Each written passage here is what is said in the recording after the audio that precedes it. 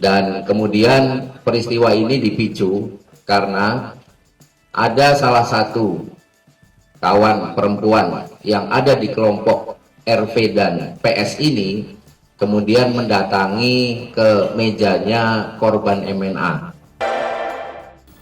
Sempat menjadi pertanyaan besar siapa sosok wanita yang disebut-sebut menjadi awal permasalahan hingga membuat pengusaha kaya raya Putra Siregar dan aktor Rico Valentino ditangkap polisi. Diketahui sebelumnya Putra Siregar dan Rico Valentino berurusan dengan kepolisian usai dilaporkan karena tindak penganiayaan di sebuah klub malam. Dilansir dari gridfam.id, Putra Siregar dan Rico lantaran digelandang ke kantor polisi usai disebut melakukan pengeroyokan. Kedua publik figur tersebut diduga melakukan aksi pengeroyokan ketika sedang berada di sebuah klub malam. Kini baik Putra Siregar maupun Rico Valentino terancam hukuman penjara 5 tahun atas imbas dari pengeroyokan tersebut. Bahkan lebih lanjut, keduanya kini masih mendekam di penjara dan menunggu untuk proses lebih lanjut. Mengutip dari grid.id, disebut-sebut keduanya melakukan pengeroyokan karena seorang wanita. Baru-baru ini terungkap dari salah satu akun gosip yang mengunggah cerita salah satu akun di mana ia tahu kejadian pengeroyokan yang dilakukan oleh Putra Siregar dan Rico Valentino. Sosok wanita yang disebut menjadi sumber awal perkelahian yang dimaksud adalah Chandrika Cika.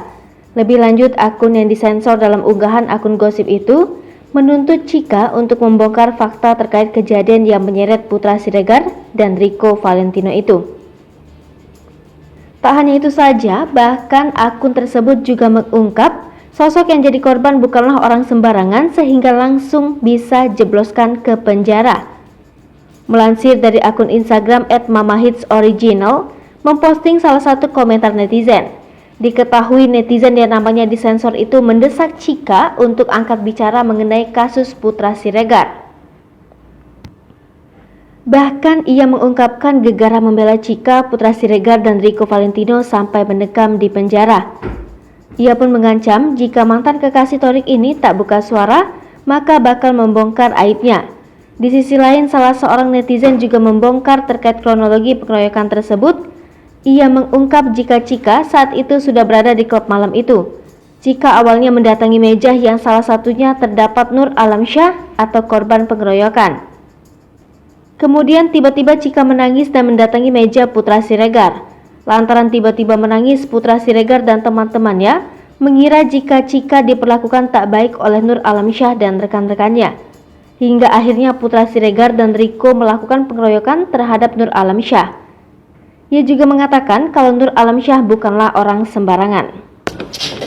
Doanya ya doanya. Hai pemirsa Sri Popo TV, jangan lupa komen, like, dan subscribe serta tonton terus berita-berita terupdate lainnya ya.